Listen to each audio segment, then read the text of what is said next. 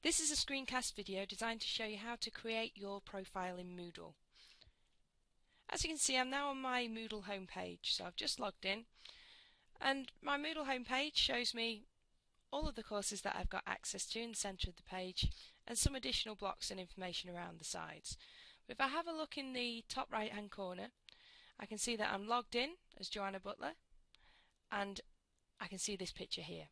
And this is a default Moodle image for a profile that hasn't been created yet. So I want to change this. I want to put in an image of myself and update some information about myself. So I'm going to click on that image there. And that takes me to my profile. This is my current profile. So at the moment this isn't particularly useful to anyone who wants to have a look at it. They can see which courses I've got access to. We can't really see any other information about myself. So what I'm going to do is create a profile that will be useful and helpful to my students when they want to find out a bit more about me, and also to other people who are on courses that I'm on. So to edit my profile, I'm going to go down to the settings block. Now my settings block is on the left hand side. Yours could appear on the right hand side of the page, or it might be docked along this side, but it will be there somewhere. So I'm going to click on Edit Profile, and that will take me into this page here. So I can't change my name or my surname. If you do want to change your name for any reason on the system, you will need to contact MINF about that. So I have my email address, and that's set to my college email address, which is correct. So I'm going to leave that as it is. I can decide whether I want to allow other course members to see my email address. Now you may want to hide your email address from students or from other people on courses. There's not much point in doing that if you're a staff member, because they can find your email address through the college email address book anyway. So you can decide what email format you want, and this is for when you're receiving emails from Moodle.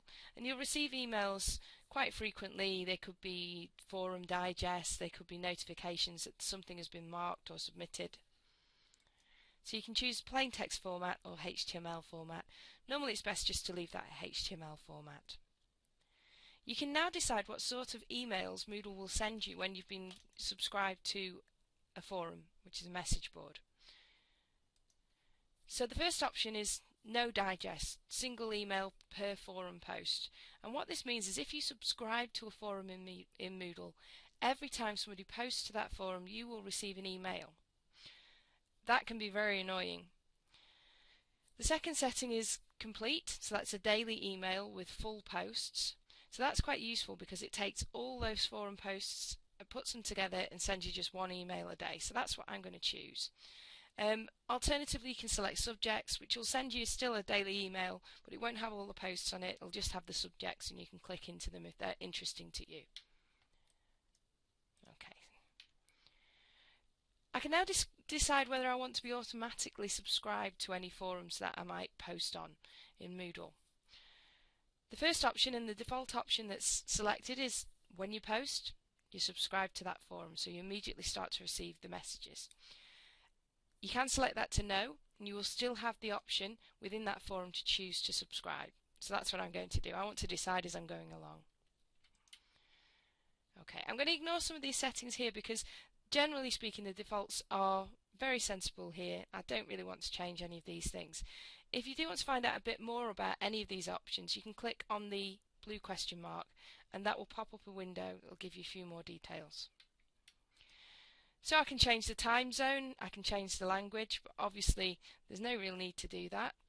I can also change the theme that I use for Moodle, and this changes the look and feel and layout of your Moodle page.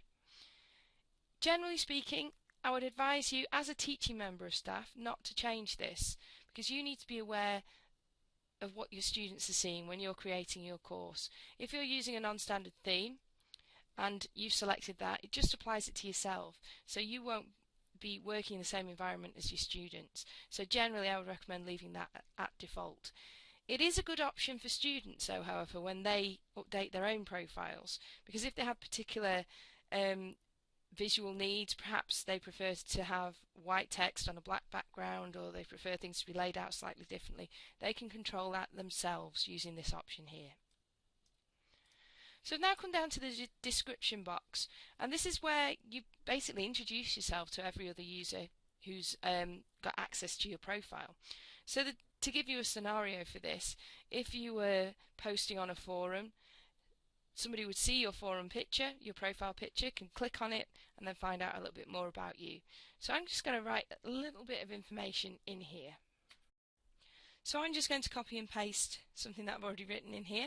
And it's just a little bit of general information, just a quick introduction. Obviously you can format your text using the text editor at the top as well. I'm now going to add a picture because I want to get rid of that white silhouette picture and include a picture of myself. So to do that, I'm going to go down to the user picture section and click on choose a file. And that brings up the file picker. The file picker is something you'll get very familiar with as you progress through this course, and it's how you actually locate and choose files to appear in your course.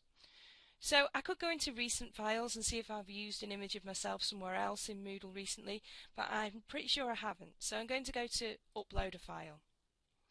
Now click on choose file, and I can go into my hard drive and find the image that I need. Okay.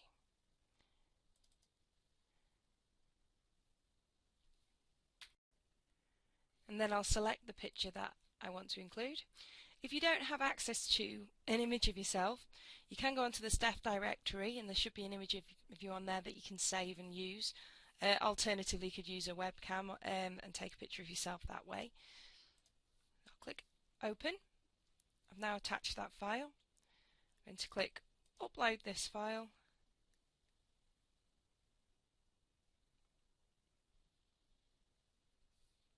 And that file's now been attached. Okay, there is some additional information that you can put in here. You can put in a link to an external website. You can also add a list of your interests. I'm going to leave that for now and just click update profile. And immediately you can see the changes. I've now got an image of myself, so my learners can recognise me and know who I am. And I've also got a brief description of myself here. You'll also notice that in the top corner, on this side of the page, you'll see that my image has now changed. So wherever I am in Moodle, if I go to my home page now, that picture will appear, so I'm aware that I'm the person who's logged in.